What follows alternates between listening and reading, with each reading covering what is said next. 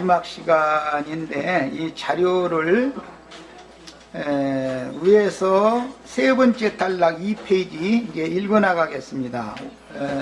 오전 두 번째 시간에 마태복음 25장의 세 단락이 있다라는 것까지 말씀을 드렸고, 25장의 마지막 단락인 31절에서 46절 사이에 인자가 자기 영광으로 모든 천사와 함께 올 때 자기 영광 보좌에 앉으리니 모든 민족을 그 앞에 모으고 각각 분별하기를 목자가 양과 염소를 구분하는 것 같이 해서 양은 오른편에 염소는 왼편에 쓴다 그랬어요. 여기 천사와 함께 온다 그랬는데 이것은 계시록에서는 거룩한 성 새 예루살렘과 주님이 함께 오는 거예요.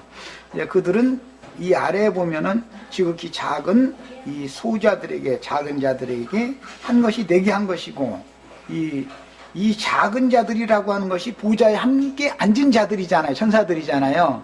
이것은 이제 계시록 20장 4절에서는 보좌들이 있고 그 보좌들에 앉은 자들이 있어서 심판하는 권세를 받았더라 이렇게 되어 있어요. 이것은 마태복음 25장 31절 32절 말씀의 실현인 거예요. 계시록 20장 4절 여기에는 보좌들이 있고 보좌들에 앉은 자들이 있어서 그들이 심판권을 갖고 있다 그랬어요. 그 심판권이라는 게 뭐냐, 판단하는 거다. 이게 오른편 양, 왼편 염소, 이것을 딱 갈라내는 판단을 한다 이 말이에요. 최종 재판장으로서의 그 재판권을 말하는 거예요. 용어 자체가 이것이 누가복음 20장 36절에 사용되어진 동일한 용어예요. 그럼 판단권을 갖고 있다 그 말이에요. 이것은 이미 계속 말씀드린 바와 같이 이런 판단권을 행하는 사람들을 철장 권세를 받은 사람들이다, 그렇게 계시록에서는 표현한다는 걸 꼭 성경의 흐름에 대해서 주님의 말씀 예언이 어떻게 이루어지는지 이거에 대해서 이해가 있기를 바라요. 이제 하나님은 흔히 교회 시대라고 말하는 이방인의 때 끝까지는 세상 사람들인 질그릇들을 천사들을 통해서 통치하시지만 오는 세상에서는 천사들에게 복종시키는 것이 아니라 교회 중에서 이기는 자로 판단받아 철장으로 통치할 권위를 주님께 위임받은 사람 천사들을 통해서 오는 세상을 복종시키는 것이 하나님의 경륜이다. 이거에 대해서 지금 말씀을 드렸어요. 그 다음에 이제 2페이지 마지막부터 읽어 나갑니다. 주님의 재림에 대한 신약성경의 반복되는 예언대로 거룩한 성이 장차 오는 세상에 내려온 후의 일이 마태복음 25장의 31절에서 46절에 나오는 말씀의 실현이다 이 말이에요. 이것은 거룩한 성이 내려온다고 계시록에서는 이렇게 되어 있어요. 그 성 안에는 철장 권세를 받은 자들이 섞여 있어요. 신부 중에는 거룩한 성이 오는 세상에 내려온다는 뜻은 주님의 재림 예언이 완결되는 것이다. 주님은 영이시기 때문에 영들과 함께 오시는 거죠. 오순절 때 구약시대의 모든 온전한 믿는 이들의 영이 아브라함의 품에 가서 메시아의 때가 오기까지 위로를 받으며 쉬고 있었는데, 예수님이 오셔서 아버지께로 가신다고 말씀했을 때 그것은 아브라함에게로 간다라는 뜻이었었고, 아브라함의 품에서 위로를 받고 있던 자들과 함께 부활되시고 함께 승천하셨다가 오순절 때 천사들과 그 온전케 된 의인의 영들을 대동하고 오셨던 거예요. 오셔가지고는 그 온전케 된 의인의 영들은 신약 교회를 이제 주님의 장막이다 그러는데, 하늘에 있는 더 크고 온전한 참장막이라고 히브리서의 표현을 이렇게 했어요. 교회라고 하지를 않고 거기서는. 그래서 우리의 장막이 되어주셨어요. 그러므로 구름과 같은 믿음의 증인들이 하늘의 장작교회에 이른 자들에게 우리를 두르고 계신다 이렇게 표현을 했어요. 그 두르고 계신다라는 말은 이사야 5장에도 인용하는 말로서 이것은 장막을 장막을 쳐주셨다 그런 뜻인 거예요. 그러므로 이제 우리는 이 생에서 온전케 된 의인의 영들이 되어져서 거룩한 성에 들어가서 주님을 모시고 오는 세상에 내려오면은 오는 세상의 양무리로 판단되어진 사람들에게 장막이 되어주러 오는 거예요. 그들이 거할 거처가 되는 것이죠. 영적 집인 것이죠. 이 세대의, 이 현세에서는 이것을 교회라고 그래요. 장막이라고 그래요. 예수님이 육신의 장막을 벗고 더 크고 온전한 참장막을 지금 세웠지요. 이게 교회다 이 말이에요. 이게 오는 세상에 이것이 반복되는 거예요. 자, 주님의 신부들과 주님이 함께 오신다라는 말은 교회 시대를 위해서, 율법 시대를 끝내고 교회 시대로 넘어가기 위해서 오순절의 역사가 있었던 것과 같이 거룩한 성이 내려온다라는 말은 오순절의 역사가, 절기가 반복된다, 그런 뜻인 거예요. 영이 오는 걸 말하는 거예요. 영들이 오는 걸 말하는 거예요. 그래서 육신을 입고 이 세상에 살고 있지만 그 영을 받은 사람들은 주님의 백성들이 다 되는 거잖아요. 우리가 성령을 받아 주님의 백성들이 된 것과 같은 이치인 거예요. 우리가 지금은 현재는 주님의 양들이잖아요. 오는 세상에서는 오는 세상의 양들의 장막집이 되어주는 것이다. 그걸 이해를 하셔야 돼요. 이게 성경의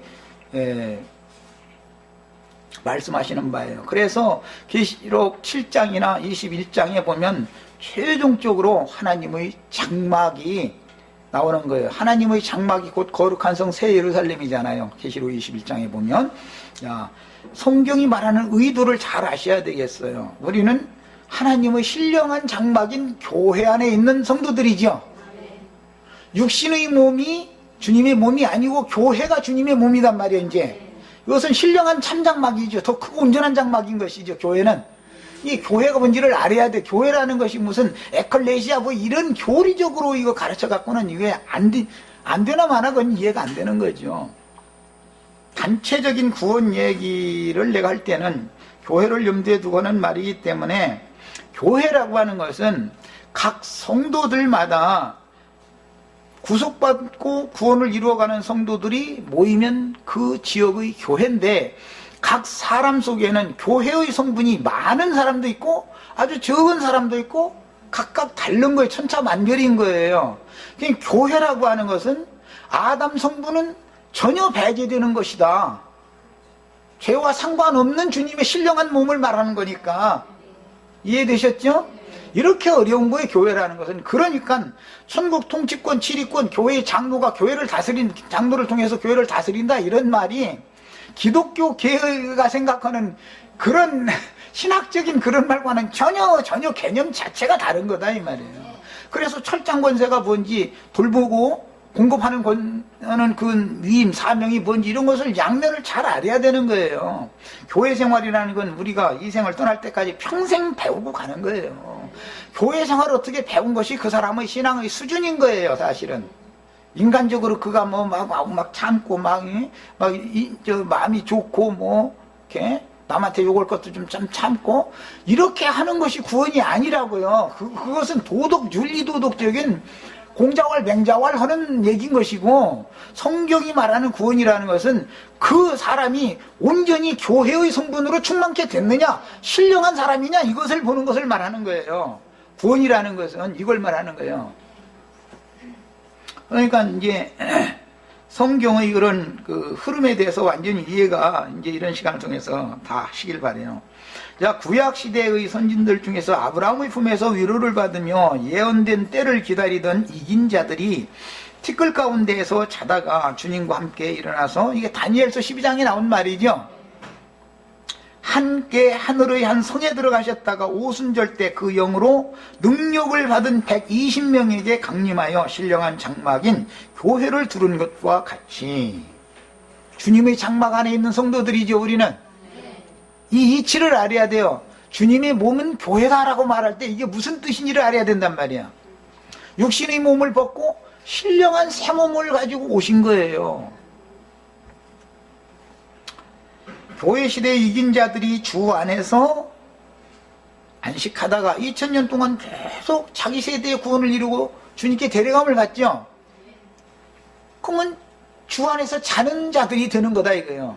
이들이 마지막 나팔 소리가 나면 자다가 먼저 일어나서 다시 올 때 주님께 붙은 자들이 된다, 이렇게 표현이 되어 있어요. 그 주님께 붙어서 오는 세상에 내려온다, 그 말은 마태복음 25장 31절 32절을 이룬다, 그 말이고, 계시록의 21장의 1절에서 5절 사이의 말씀, 하나님의 장막 어린 양의 신부가 내려온다, 이렇게 말씀을 이루는 거예요. 그 신부 중에는 철장 권세자가 섞여 있어요. 그래서 주님과 함께 오는 세상으로 거룩한 성이 내려오는 것이 주님의 재림 예언의 완결이다 말이에요. 완결. 매 세대에 계속 주님이 재림하셨죠. 그 수를 계속 채웠다가 하나님만 아시는 그 때가 딱 차고 이방의 충만함이 차면 거룩한 성에 들어간 자들과 함께 주님이 다시 오는 세상으로 오시는 것이다. 이것은 오순절 때는 성령 강림했다, 이렇게 표현을 했어요. 주님은 영이니까 주님이 오실 때는 주님께 붙은 영들, 또 온전케 된 영들을 데리고 온다, 그 말이겠죠, 당연히. 그래서 주님께서는 주 안에서 자든 성도들과 함께 온다, 이렇게도 성경에 표현을 하는 거예요. 한 시대가 완결되면 반드시 심판대가 배설되는 것이며, 교회 시대의 끝에는 그리스도의 심판대가 배설되어 모든 신자들과 불신자들의 영혼들은 공의로운 판단을 받고 그 성에 들어갈 권세를 얻은 신자들인 신부와, 그 신부 중에는 철장 권세자들이 섞였다는 건 이제 그만 말해도 충분히 알겠죠? 혼인집인 거룩한 성 새 예루살렘 밖에 그 천년이 차기까지 버려둠을 당할 자들이 분별되며, 모든 불신자들과 가라지들은 음부의 꺼지지 않는 불 속에 던져지고 살아서 그날을 맞았으나 어린 양의 피에 그곳을 빨아입지 않은 염소무리는 영영한 불에 던져지는 것으로 마태복음 25장 말미에서 말씀을 하셨어요. 그 천년이 찬 후에는 크고신 보좌가 배설되고, 그 천년 기간에 그럼 어떻게 생기느냐까지 이제 수원 가보니까 이제 그런 질문하던, 이것은 성경에는 없는 말입니다. 지금보다는 물질 문명이, 과학이 더 발전할 것이라고는 나는 그렇게는 믿고 있어요. 지금보다 퇴보하지는 않을 거다. 인간 문화가 발전하면 발전했지. 그러나 인간 문화가 발전한다고 해서 정신세계도 온전케 되는 것과 관계가 되느냐? 오히려 더 정신세계가 온전케 되는 데는 방해 요소로 작용할 수도 있는 거지요. 자, 그 다음에 크고신 보좌가 배설되고 그 천년 기간에 살다 간 모든 혼들과 동시에 살아서 그날을 맞은 혼들이 최후의 판단을 받고 이제후로는 인간 나라를 경영하시지 않으므로, 천년이 찬 후에는 세상에 질그릇이라는 게 있을 수가 없죠. 그러니까 철장 권세자가 영원 세계는 있을 필요가 있어요, 없어요? 없는 거예요. 이제 교회 시대와 천년 왕국 기간 동안만 땅에 질그릇들이, 양무리가 있을 동안만 철장 권세가 필요한데, 교회 시대에는 천사들을 통해서 복종을 시켰고, 오는 천년왕국에서는 철장 권세를 받은 교회 중 이기는 자들을 통해서 오는 세상을 복종시킨다, 그 말이에요. 자, 천년시대를 위하여 이스라엘 12지파가 인맞고 세상에서 제사장 나라를 이루었듯이, 그 천년이 찬 후에는 생명책에 농명된 자들은 모두가 영세로 들어가며, 이 말은 그 천년 동안은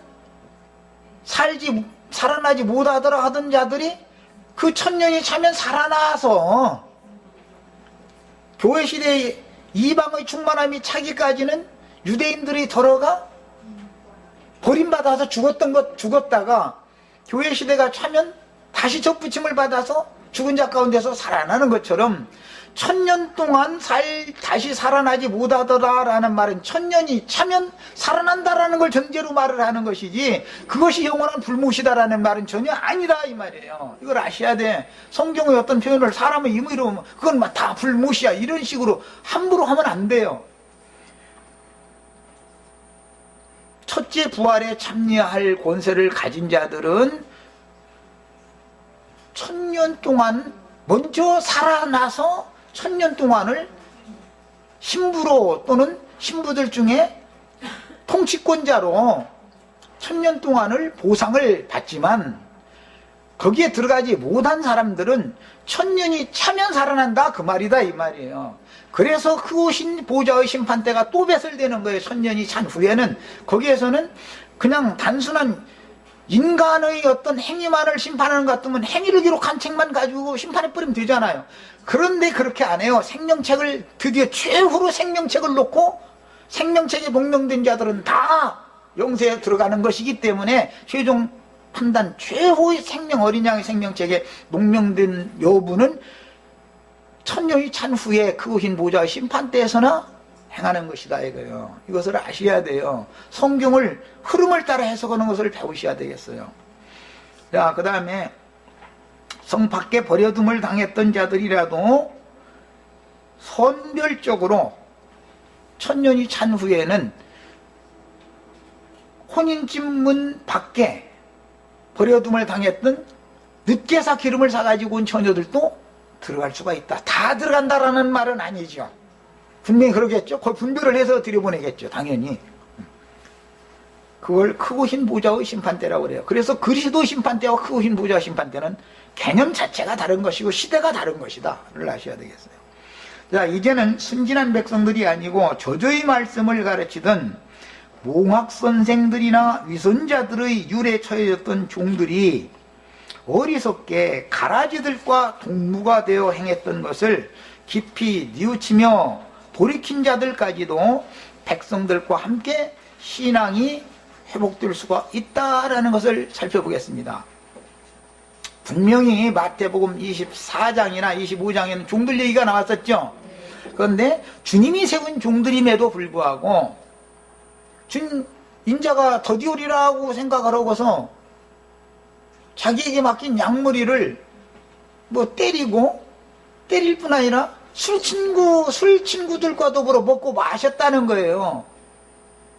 장사를 하는 문제일 때는 악하고 게으른 종이다 그랬고, 여기서는 외식하는 자의 율에 처해질 종들이다라고 예수님이 표현을 했어요. 그 말은, 이 말을 잘 들으셔야 돼요. 아까 오전 시간에 그 얘기를 했지만 바벨론의 하나님의 백성들을 포로로 보낼 때 예레미야나 에스겔이나 다니엘이나 이런 선지자를 함께 보내요. 이건 무슨 뜻이냐? 비록 세속교계가 세속화되어지고 타락했을지라도 그곳에 하나님의 경륜에 따라서 여전히 바벨론에 있는 자기 백성들이 거기에 바벨론 큰 음력 가운데 섞여 있는 한은 자기 백성들을 그냥 버리는 게 아니고 하나님의 말씀으로 목양을 해야 하기 때문에 기독교계도 몰라서 그렇지, 몰라서 목사 신부 뭐 해가면서 그러고 앉았는 거지, 여전히 큰 음녀인 큰 성 바벨론 기독교계에도 선생들을 두고 있다.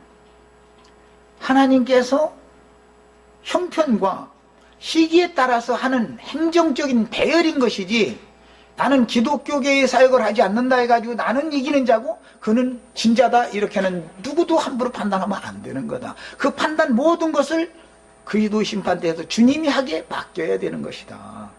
다만 우리는 하나님의 경륜에 보면 큰 음력 가운데서 내 백성은 나오라고 부르시고 해서 별도로 양육하시는 처소를 주님이 예비하셨으므로 우리는 이것을 실행을 한다라고 말할 수는 있지만, 기독교계에는 어린 양머리를 먹이려면 젖을 먹이는 종들을 당연히 주어야 될 거 아니겠어요?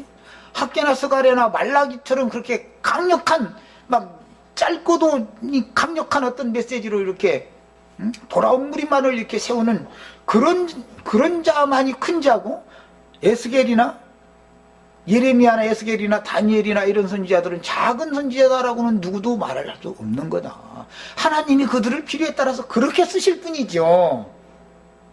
이해하셨죠? 그래서 젖 먹는 어린아이들이 기성교계에 있기 때문에 젖을 먹이는 유모 역할을 하고 몽학선생 노릇을 하는 종들을 당연히 그곳에 두게 마련이다. 거기는 다 가라지들만 있는 게 아니단 말이에요. 이해하셨죠? 자, 그래서 마태복음 24장 48절로 51절 아까 읽었는데, 본문에서 때린다는 표현은 징벌적인 의미로서 쪼개내다, 갈라내다 라는 번제물의 문자에서 유래한 낱말이며, 마태복음 25장이 한 달란트 받았던 종복은 악하고 게으른 종이라고 이렇게 표현했죠. 그들이 동무종도를 때렸다 하는 뜻은 유대교식으로 누구는 문둥병자니, 너는 장년이, 세리라는 것은 이제 남의 물건을 훔친 도적이다, 이제 이 말인데, 이 세부리에 들어가면 율법에 하면 진 밖으로 쫓겨나게 돼 있죠. 그들은 하나님의 성막에 들어가서 거룩한 제사를 할 수가 없어요. 뭐 창녀가 돈을 아무리 많이 벌어가지고 하나님 앞에 바치려고 나 돈 벌어 왔다고 해도 창녀가 번 돈은 절대 성전에 갖다 넣으면 안 되는 거예요. 성전 거에 넣으면 안 되는 거예요. 율법이요, 이것이. 그리고 남의 것을 도둑질해서 이제 신약엔 세리라고 그러죠. 그런 경우는 거룩한 하나님 앞에 절대 못 나가는 거예요. 이게 율법이에요. 그 율법이 뭐냐? 주님의 사역을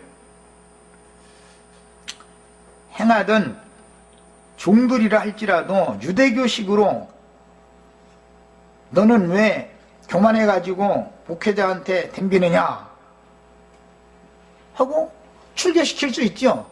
뭐 예배당 목사님들은 뭐 어떤 돈을 잘 안 내고 뭐 연세가 많아가지고 뒷전에 가가지고 꾸벅꾸벅 졸고 그러면 아이고 늙은다 찔겨서 먹도 묻었다고 막 설교를 그렇게 한다는 소리 들었는데 진짜인지는 몰라도 그러면 그 목회자한테 잊고 싶어도 못 잊는 거죠. 고통스러우니까.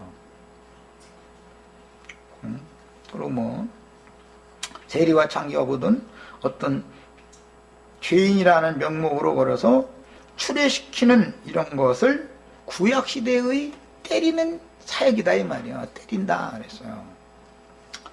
주님의 사역을 수행하는 종이었던 그가 그런 짓을 함부로 하게 된 것은 술친구로 비유하신 율법 종교 지도자들, 즉 이제 가라지들이죠. 이 사람들과 동료로서 기독교계에 속한 가라지들이나 행하는 이세벨의 교훈을 수용하고 있었다 이거예요. 그러나 나는 저 사람들 같이 하지 않겠다는 심정은 있는 거예요. 그래도 그런 체제와 그런 교훈, 그런 가르친 조직 체계 안에 있다 보니까 똑같은 짓을 할 수밖에 없게 되는 거예요. 이걸 말하는 거예요. 자, 교회 생활에서 누군가 인도 직분에 반기를 들고 스스로 분리되어서 나가는 자들이 있죠. 그러니까 이제 영지주의자들이 이제 사도들과 함께 모였다가 무리들 가운데 이런 자들이 나갔다, 이제 이런 말이 나왔는데 이것은 당을 짓는 무리들이란 말이야. 야, 그런 자들은 한 번, 두 번 훈계하고 듣지 않을 때는 주님께 맡길 수밖에 없지만 인도자가 신약교회 안에서는 그 누구라도 회중 가운데서 갈라내어 쫓아내는 일을 할 수가 없습니다. 쪼개낸다, 이제 어미 때린다 표현을 이렇게 했는데 이 말은 이 생에서 목회자가 어떤 약무리를 한 영혼을 함부로 해서 쫓아냈다. 예를 들어서 지가 무슨 큰 출애권이 있는 걸로 율법적인 그런 관념을 가지고 그랬으면은 그리스도 심판대에서 네가 도리어 나한테 쪼개냄을 당한다 표현을 이렇게 한 거예요. 이건 징벌적인 의미를 말한 거예요. 그러므로 이제 말라기 선지자가 이런 걸 아주 잘 표현을 했죠. 어려서 소시적에 아내로 붙여준 그 아내는 괜히 미워하고 가난한 여자를 또 이제 더 사랑함으로 그 소시적에 그 남편에게 짝지어 주신 그 아내는 날마다 울음과 탄식으로 제단을 가렸다. 난 이걸 다 봤다. 이렇게 말씀하셨잖아요. 그 의미를 잘 이해하시면 돼요. 이런 것이 다 복음이다 이거예요. 성경이라는 것은. 그러므로 교회는 성령이 하나 되게 하신 것을 힘써서 지켜야 하며 역병이 돌아서 인도 직분의 반기를 들고 대적하며 무리를 지어 나가는 경우에는 스스로 쪼개고 나누어지는 것이므로 저희가 그렇게 한 거죠. 이건 반역이죠. 압살롬은 지가 스스로 반역 이렇게 해가지고 이게 그 편을 저희가 갈라버린 거잖아요. 다윗이 이제 그렇게 허락한 게 아니잖아, 그거는. 자신들이 주님 앞에서 책임을 지는 것이다, 이거는. 그러나 교회에서는 그 누구도 쫓아내는 일이 있어서는 안 되는 거다, 이거요. 율법 시대와는 다른 거다, 이 말이에요. 그래서 인도자는 그 누구라도 함부로 정죄하고 추례를 명하지 못하는 것이 신약교회 생활이 구약시대 광야교회 생활과 다른 점이다. 그 다음에 술 친구들, 즉 음료 이세벨이 누룩 섞인 교리들에 취하여, 그 음료의 잔에는 음행의 진노의 포도주가 가득 들어있다는 거잖아요. 그거 마시면은 아버지가 취하잖아요. 롯의 딸들이 저희 아버지 취하게 만들어요. 그런 거잖아요. 지금 상징들이죠, 이게. 그들이 행하는 행습을 따라 함부로 양들을 회중 가운데에서 엄히 쪼개어내던 종들은 그 천년이 차기까지는 혼인집 밖으로 자신들이 쫓겨나서 슬피 울면서 후회하게 될 것을 슬피 울며 이를 갈미 쓰리라, 이렇게 표현을 하셨어요, 예수님은. 이 사역을 잘못한 거죠. 왜 그러냐? 음료 이세벨의 사역과 주님의 사역을 구분을 못하고 있었던 것이죠. 율법 사역과 신약의 은혜의 사역에 대한 구분이 그걸 모르기 때문에 그 제도권에서 그렇게 했던 것이죠. 그러나 징벌 기간에 깊이 뉘우치고 돌이킨 혼들은 기간이 차면 다시 백성들과 함께 받아주시지만 끝내 돌이키지 않는다면 당연히 영원히 버림을 받는 것은 두말할 필요도 없는데, 이런 이치는 바벨론에 사로잡혀간 왕족들이나 지도자들도 백성들만 돌아오는 것이 아니라 왕족도 돌아오고 선지자들도 돌아오고 제사장들도 함께 돌아오지요. 이것이 하나님의 뜻이다. 그걸 알아야 돼요. 지도자들도 백성들과 함께 소수가 돌아왔으니 그들은 느헤미야, 에스라, 스룹바벨, 여호수아, 학개, 스가랴, 말라기 등 대표로서 생명책에 다시 동명이 되는 거예요. 주님의 왕국 통치 방식은 항상 수많은 자녀들인 백성들 중에는 반드시 인도 직분을 두시기 때문인데, 바벨론에 이걸 모르기 때문에 우리 김영재의 글에 보면은 거룩한 성에는 영광 빛이 충만하고 빛이신 주님이 혼자 통치하는 것이지 무슨 왕들이 필요하냐고 이제 이래가면서 막 해놨던데, 그것은 성경을 부인하는 얘기죠. 성경에 땅의 왕족들이 나오고 모든 민족의 백성들이 나오면은 믿어야 되는데, 이게 안 믿어지는 게 사람의 생각이, 사람의 선한 사람의 의가 하나님의 의를 가려버리기 때문에 안 보이는 거죠, 이게. 세상 나라에서도 제국의 황제와 분봉 왕들, 그 제국을 다스릴 때 황제가 온 땅을 혼자 다 다스리는 것 같지만 사실은 제후들이나 분봉 왕들을 통해서 다스리잖아요. 이런 이치와 같은 것이다. 하나님의 하늘의 별무리 전체를 다스리지만 어떤 별무리는 거기에 인도별이 있고 그 별무리는 인도별과 함께 무리를 짓는 거예요. 또 어떤 인도별이 있고 무리를 짓는 거예요. 이렇게 하는 거예요, 이게. 이런 것을 일러서 내가 변할 때 이게 단체적인 구원이다, 내가 그렇게 표현을 해놨더니, 그러면 나영진님한테 가야만 거기 가면 다 이기는 자 되냐 이러고 비아냥을 거리고 있어요. 말을 못 알아들었으면 그게 무슨 뜻으로 하신 말인지 좀 설명 좀 해주세요. 했어야 겸손한 영이지 뒷전에서 비아냥거려서 되겠어요? 내가 자기만큼 성경을 들리고 봤을 것 같아요. 누구만큼? 누가 뭐 100독을 했다, 난 100독까지는 안 했지만 아마 지금 뭐 자세히 모르지만 거의 될 것 같아, 이제는. 나도 성경줄이나 읽은 사람이야. 그러니까 어제는 무언 구절이 있고, 나름대로 나도 다 알고 있어. 성경에 없는 소리를 난 안 해요. 그래서 큰 성 바벨론에 쫓아내셨지만 지도자들, 그들에게 하나님의 말씀을 또 받아서 대언해줄 선지자들을 같이 보낸 것은 그 백성들을 아주 버렸다는 뜻이 아닌 것이다. 이것을 알아야 된다. 기독교계를 그냥 무조건 오고 뭉뚱그려, 그냥 다 되는 지옥이야, 이렇게 지금 생각하고 있는 것 같은데 그렇지 않아요. 거기에 하나님의 백성들이 있고, 그 하나님의 백성들이 생명이 너무 어리고 젖이나 먹고 단단한 식물을 못 먹을 자들이기 때문에 그들을 위해서는 젖 먹이는 종들을, 봉학선생들을 당연히 그곳에 함께 놔두기 마련이죠. 그 하나님의 행정을 함부로 이렇다 저렇다 판단하면 쓰겠어요? 좀 많을 소리지만 김영재의 상이 클지 기독교계의 어떤 정말 나름대로 최선을 다한 어떤 목사님의 상이 클지는 아무도 몰라. 그럼 그리스도 심판대에 가봐야 하는 문제인 거예요. 자기가 심판자는 아니잖아. 지금은 우리는 다만 말씀을 맡아서 받은 말씀을 충성스럽게 가르치고 양육하고, 어떤 사람들이 안 되면은 이거는 청년 때 됐다 싶으면은 치고 해가지고 발을 세워주고 이렇게 하는 직무를 행하는 것과 충성된 종으로 행하는 것과 판단자가 되는 것은 다른 얘기잖아. 지금은. 자, 이제 계시록에 보면은 이런 문제가 이제 결론적으로 기록이 됐는데, 계시록 21장 7절로 8절을 우선 보겠습니다.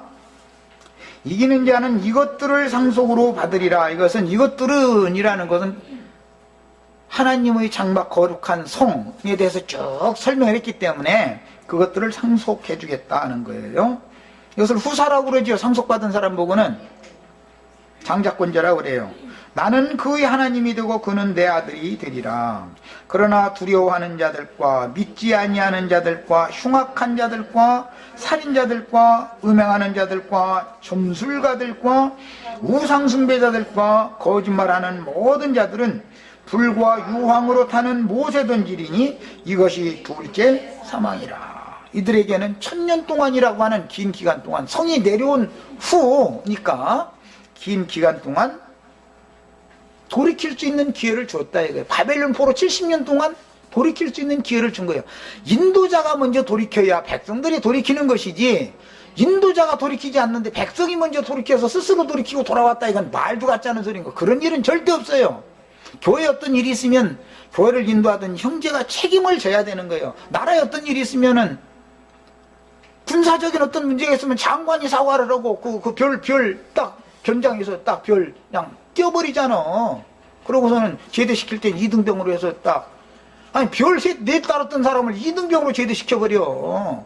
이게 국법이다 이 말이야. 국법. 이렇게 하는 거요. 책임자를 가만 놔두면 되겠어요? 책임자가 돌아서야 예루살렘 성이 심판의 영들에게, 천사들에게 심판받을 때 다윗이 이 백성들은 무슨 죄가 있냐고 치려면 나를 치시라고 이렇게 하니까는 다윗이 책임자가 그 돌아서니까 천사들에게 이제 그 심판의 손을 그만 거둬라 그래가지고 예루살렘 성의 심판을 더 이상 안 받게 되잖아요.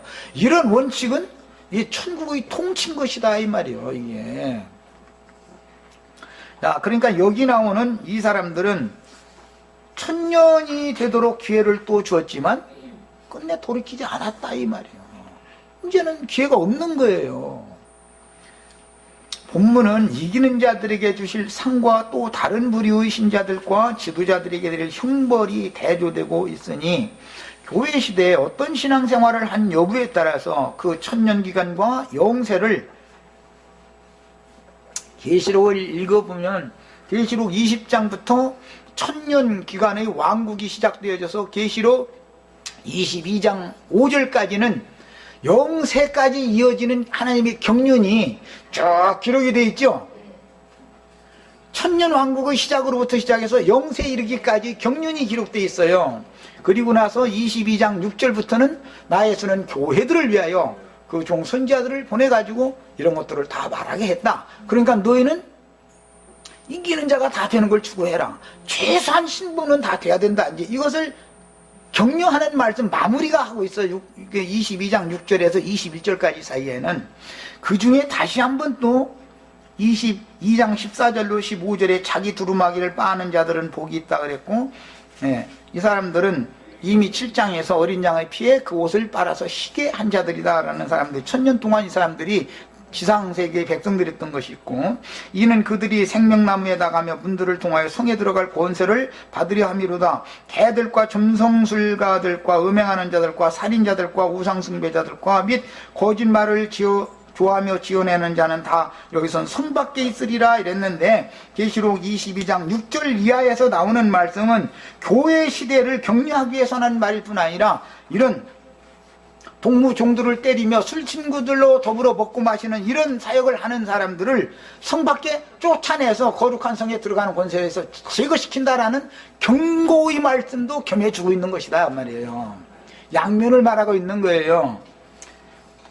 이게 어떤 사람들은 성경 읽을 줄을 모르면은, 아니 앞에 21장 부분에서는 둘째 사망 불못에 개들 집어 넣는다고 해놨는데 22장 마지막에 가서는 성 밖에 있는다고 그랬는데 불못에 들어가는 것이 성 밖에 있는 거 아니냐, 이렇게 잘못 해석할 수가 있는데 성경을 읽는 눈이 안 열려서 그래. 계시록 20장 1절에서 22장 5절까지는 천년 왕국의 시작으로부터 천년이 끝난 다음에 그 다음에 영원한 세기가 시작되어져서 어떻게 할 것까지가 경륜적으로 쭉 기록이 됐어요.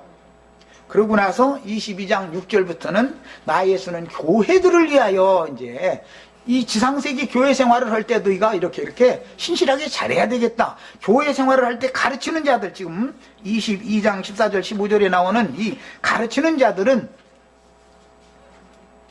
예수님이 예언했던 그런 동무종들을 때리며 술 친구들로 더불어 먹고 마시는 짓이나 하고 시간 보냈던 이런 자들은 천년 동안 거룩한 성에 들어가는 게 아니라 성 밖에 있게 된다라는 것을 경고의 말씀을 또 한 거예요. 교회를 격려하고 경고의 말씀도 주시고 이렇게 한 거예요. 이 성경을 읽을 때는 이런 눈이 열려야 돼. 제일 중요한 것은.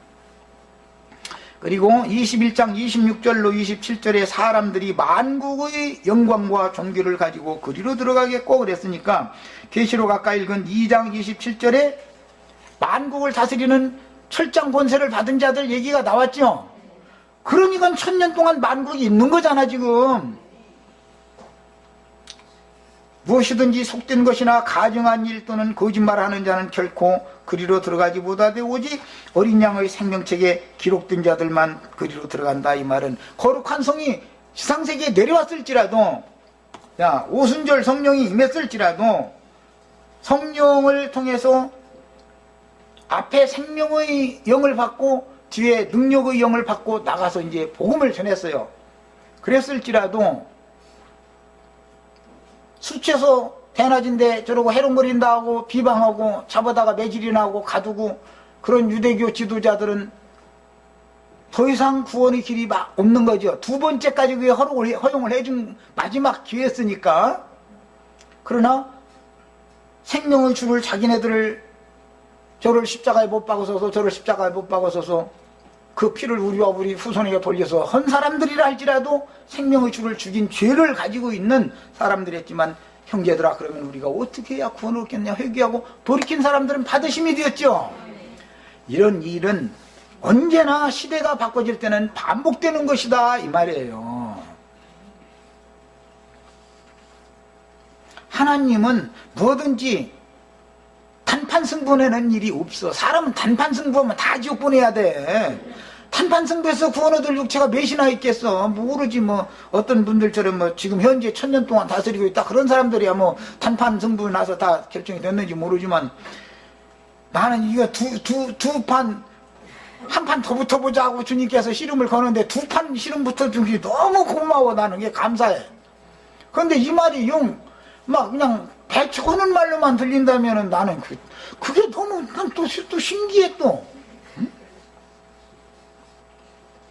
우리가 지금 현재 예수를 아무리 잘 믿은 것 같아도 넘어질 수 있죠. 너는 이제 일단 넘어졌으니까 넌 지옥이야 버리면은 우리는 끝이지. 이제 기회가 없다는 말이니까. 이게 도대체 넘어졌을지라도 은혜를 회복하셔서 일으켜 주시면 일어날 수 있다라고 믿어야지. 한 번 넘어지면 넌 끝이야. 이것이 정말로 진리인 것 같아도 아니, 성경이 말하는 바는 그게 아닌 거다 이거예요. 또 예수님이 이 땅에 오셔서 말씀을 전하실 때 유대교의 랍비였던 니고데모나 예수님 초상 치러주는데 와서 초상 치러줬던 뭐 부자 아리마대 사람 요셉이라는 사람들이 다 그게 유대교의 공유의 의원들이었어요. 자, 그들은 그냥 너희는 나 생전에는 안 믿었으니까 너희 지옥이야가 아니고 죽은 다음에 와서 나는 그를 믿는다고 고백을 했는데 받아들여 준다는 것을 깨달으셔야 돼. 언제나 성경은 이렇게 돼 있어. 한 판 더 붙어보자가 돼 있어. 하나님이 씨름을 우리한테 와서 걸으셔도 첫 번째 판에서는 하나님도 나를 못 이겨. 하나님도 두 번째 판 붙으면 그때사 넘어가지 첫 판 붙어가지고는 절대 안 넘어가. 그 세상을 씨름되었는데도 보면 한 판에 단판에 승부내는 것은 없더만 보면. 그러니까 이걸 감사로 받아야지. 나 이제 거는 말이에요. 저거는 말이에요. 천년왕국이 있을 필요가 없는데 왜 그런 소리 했었는다. 이제 이거는 하나님의 마음을 복음을 너무 몰라서 하는 얘기다. 그러다 보니까 또 뭐 천주교처럼 뭐 연옥설 주장한다. 이제 이쪽으로까지 막 끌고 나가고 막 헐소리 안 헐소리 막 해대고 이러는데 사람이 차라리 모르면 잠잠하면 세상 말로도 가만히 있으면 가운데는 간다는 거예요. 가만히 있으면. 앞장서서 모르면서도 침튀기 하면서 하는 소리 하면은 그 옛날 70년대 그랬어. 여기 저 옆에다 이제 집에 가다 보면 요 가리봉도 이제 공단이 있었거든. 거기 이제 닭장집들이 거기 쭉 있었거든. 거기 미신이나 계속 돌려서 언제 남대문 구경 한 번도 간 적이 없어. 그러고 그 근처에 그냥 남산 가끔 갔겠지. 뭐 한두 번이라도 가도 남대문 가서 어떻게 생겼나 본 적도 없어. 그냥 거기 밖에서 남대문 거기가 있구만. 남산 밑에 있더만. 뭐 이제 이 정도만 보고 가가지고 8월 추석 때 이제 가가지고 동네 순진한 처녀들 다 친구들 모아놓고 나서는 남대문이 문턱이 얼마나 높은지 아냐고 말 가서 하면은 다 그런 줄 아는 거요. 자기네들은 서울 안 가봤으니까. 자기 서울서 분명히 봤다는데 어떻게 될 거예요? 분명히 이게 분명하다는데. 그래가지고 진짜 이제 남대문이 이제 그 문으로 이렇게 통과해본 사람은 글쎄 나갈 때는 그 문이 없던데 그 참 문턱이 없던데 이상하네. 이게 헷갈리는 거예요. 그런데 진짜 그걸로 통과해본 사람은 이상하다. 나갔을 때만 그 치였었나? 이제 또 자기 스스로 의심하고 큰 소리 치는 사람이 이기는 결과적으로는 거짓말도 계속 광주하면 진짜가 되는 거라고. 그래서 분별이 필요한 거예요. 뭘로 분별하는 잣대는 성경이잖아요. 뭔가를 내가 오늘 아침에 글 써놓은 것이 그거예요. 나도한 형제가 천년왕국이 왜 없냐. 그 천년이 차기까지 또는 천년이 참에 또는 땅의 왕족들 반국 백성들을 다스리는 권세를 줬고 이런 얘기가 나오면 성경에 그렇게 돼 있으면 있는 거지. 사람의 생각으로 없다라고 확정해놓고 나서 하다 보면은 없는 쪽으로만 이제 매사가 보이는 거예요. 이제 성경이 없는 쪽으로만. 그러면은 내가 있는 것을 왜 있어야 되는 당위성에 대해서 하나님 한번 버렸을지라도 후회하고 돌이키고 진실되게 뉘우쳐난 자는 두 번째는 또 받아주시는 하나님이다. 이게 하나님의 은혜요, 이게 복음인 거다. 이렇게 얘기를 했으면 그러면 그럴 수도 있을까 하고 좀 생각이 바꿔져야 되는데 연옥설이다라고 밀어붙여버린 이제 그쪽으로 끌고 나가버리는 거예요. 그래서 내가 오늘 아침에 글을 올려놓기를 그러면은 없다고 주장을 하려면 나처럼 있다는 주장은 이런 성경의 증거를 대하면서 이런 것 때문에 성경에 뒷받침이 있어서 이게 있는 거다라고 했으면 없다라는 것도 성경으로 증거 진리를 해야 되는 것이지 쓸데없는 소리를 해가면서 무슨 뭐 이불 나불 내느니 무슨 뭐 만화를 그렸느니 뭐 소설책을 썼느니 막 해가면서 그런 쓸데없는 소리를 해가지고 되는 게 아니잖아. 없다고 주장하려면 왜 없다라는 걸 성경으로 증거로 해야 되는 거지 나처럼. 그러고 질문 있으면 와서 만나서 질문을 해라. 그럼 나는 즉답을 하겠다. 명쾌하게 했으면 와서 자기 의문나는 걸 질문을 하러 와야 되는 것이고 당연히 나에게 질문을 했으면 나 답변을 하고 나도 왜 없다고 하는지에 대해서 성경에 대해서 성경 이렇고 이렇던데 이건 해석을 어떻게 하느냐 나도 또 역으로 질문을 해야 될 거 아니에요. 이제 하면 당연히 해명을 해야 되는 거 아니에요. 이렇게 해야 진리 토론이 되는 것이지 인신공격만 하는 얘기만 계속해가지고 되는 게 아니다 이 말이요. 이거는 뭘 지금 잘못 짚고 있는 거죠 말하자면은. 아니 진리 증거를 확증하는 얘기인데 인신공격한다고 되겠어요 그게? 성경의 말씀이 확정해 줘야 되는 일인 것인데 천년왕국이 있냐 없냐 가지고 문제가 돼서 그러는데 쓸데없는 성경 구절만 뭐 다 갖다 막 대가면서 쓸데없는 글만 계속 쓰면 되냐고. 이게 천년왕국이 왜 나는 없다고 한다, 성경 몇 장 몇 절 몇 장 몇 절에 하면 이건 없는 것이 확실하다, 이렇게 증거를 해야 진리 토론이 되는 거지요. 계시록의 마지막 마무리 부분 20장 1절에서 22장 5절까지는 하나님의 경륜적인 천년 통치의 시작으로부터 시작해서 천년이 찬 다음 세세토록 왕노로 사는 문제까지 22장 5절까지 기록되고, 22장 6절에서 마무리 부분은 성경 전권을 마무리할 뿐 아니라 신약 성경을 마무리하면서 교회를 격려하는 말씀과 교회를 인도하는 자들이 술친구들로 더불어 동무 종들을 때리는 악한 사역에, 악하고 게으른 사역에 쓰임받았던 종들은 성 밖에 있을 것이라는 경고를 겸해서 한다. 그러니까 21장 앞에 이런 자들은 꺼지지 않는 불못에 들어간다라고 했다 해가지고 그것이 22장에 나오는 경고의 말씀과 같은 뜻이라고 해석하는 것은 성경을 보는 눈이 안 열려서 그런 것이다 이 말이에요. 오늘은 여기까지 하겠습니다. 그리고 이제 저기 다음 화요일부터는 이 책자를 꼭 가지고 오셔야 돼요. 책자를 가지고 계속해서 말씀을 나눌 겁니다. 기도하고 집회 전체를 마칩니다.